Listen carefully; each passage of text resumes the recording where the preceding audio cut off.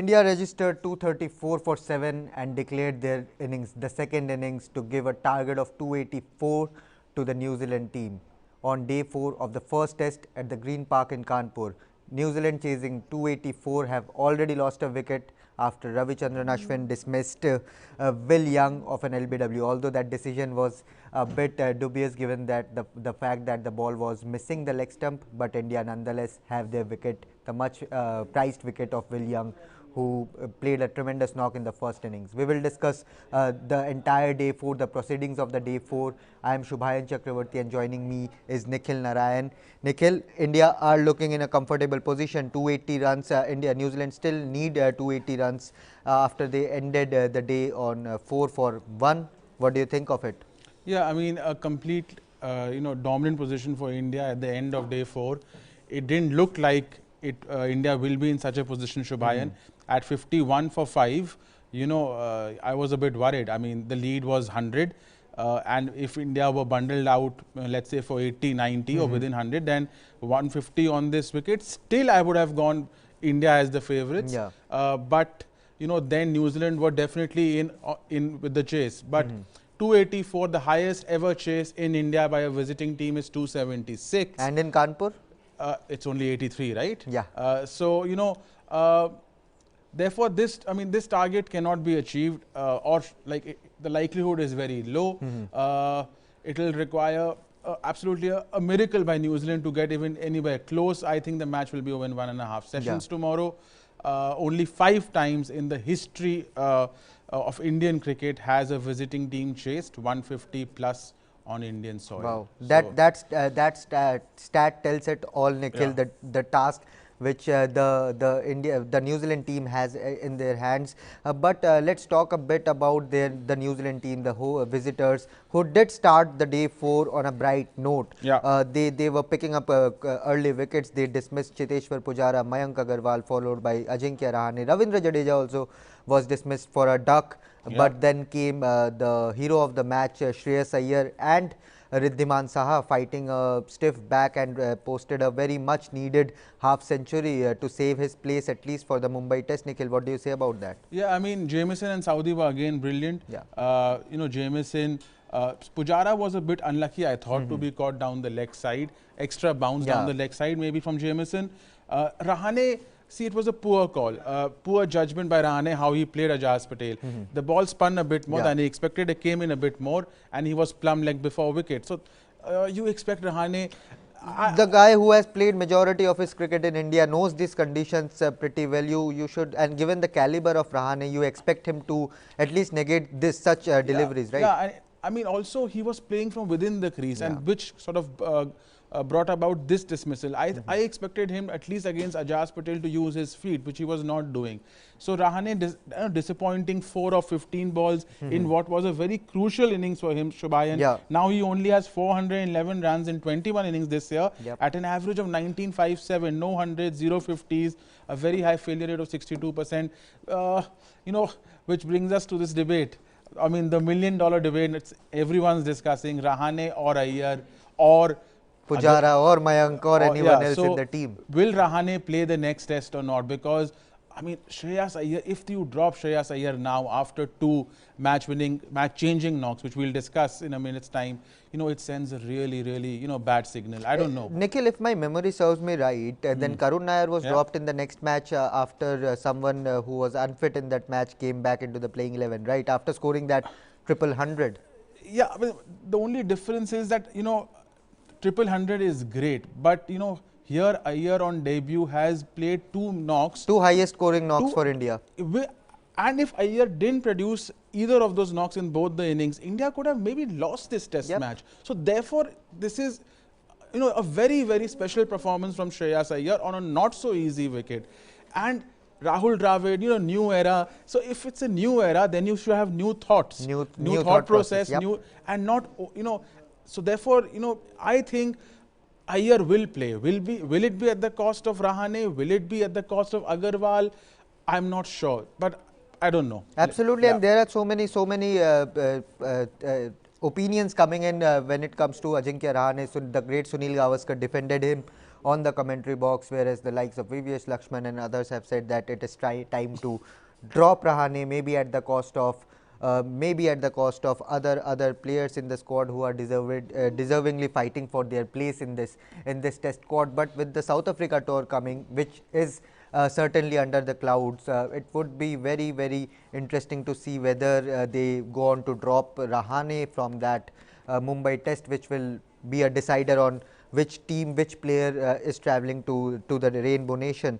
But Nikhil, one player who has done really well in his test career so far against India particularly is Kyle Jamieson. What a phenomenal talent he is, tall, 6'8", gets that extra bounce off the pitch, even when the pitch like Kanpur, which is staying low, there he can produce some, there he has actually produced some great spell. Absolutely. I mean, both Jamieson and Saudi have excellent numbers against India. Yeah. Jamieson just started his career. He is the fastest New Zealand bowler to 50 test wickets, overtaking Shane Bond. Yeah. Had happened yesterday. And he was the man of the series when India visited there. Absolutely. And then, you know, Tim Saudi also. What a great bowler. Underrated bowler. Underrated. And his spell, you know, yesterday reminded me of James Anderson's spell in India. So absolutely, Tim Saudi, a brilliant test bowler. Overall, he has I think he has 50 plus test wickets against India. Only the second Kiwi bowler after Sir Richard Hadley. Yeah. Averages around 22. Brilliant numbers. He's tormented India in New Zealand. And whatever he has played in India, he has troubled India. Yep. In Bengaluru, I remember, if not I'm mistaken, 212, he took 7 wickets. Although we won that test match, he was brilliant. Again, in this test match, he's excellent. At least he and Jamieson reduced India to 51 for 5. I mean, Absolutely. The spinners didn't back them after, and therefore India is in a commanding position. Absolutely, but Nikhil, the hero of this match has to be Shreyas Iyer. What a phenomenal debut. He is the only player to register a century and a half century, the only Indian player and 16th overall to achieve the feat, and that comes as a great milestone for someone who is just starting in his career as a test batsman. Nikhil, 105 in the first innings, a game-changing knock, I would say, and followed by a 65-run knock where India was looking in a troublesome, worrisome position. Yeah, absolutely. I mean, the thing about Shreyas Iyer is that he doesn't score pretty runs, Shubhayan. Yeah. He's not a very attractive batsman, but he's a very effective batsman, a high-impact player. 106 for 3 when he came out to bat in the first innings. India had lost Pujara and Rahane, and then that century stand he put together with Ravindra Jadeja. Yeah. That changed the match. India could have been bundled out for 220, and then New Zealand could have got, you know, maybe a total of 300 plus, and then the match would have been more even than it is right now. So a tremendous innings on debut, under pressure, you know, when the top order had failed in the first innings, and I would say his 60 odd in the second innings is even higher impact than his first innings knock. Yep. Because he came out to bat at 41 for 3, India is in trouble, which was worsened to 51 for 5. The top order, everyone is out, Pujara, Rahane, everyone is back in the pavilion. India can easily be bowled out for then 80 or 90, which means New Zealand require less than 150, and then they have the confidence. So, you know, then it would be a 50-50 match. But then he puts up that brilliant partnership, 50 partnership with R. Ashwin, and then Saha. Saha also 62 run, 63 run partnership. Then Saha and the lower order with Akshar Patel, they take the match away from New Zealand. But that partnership with, you know, Shreyas Iyer and R. Ashwin, very crucial.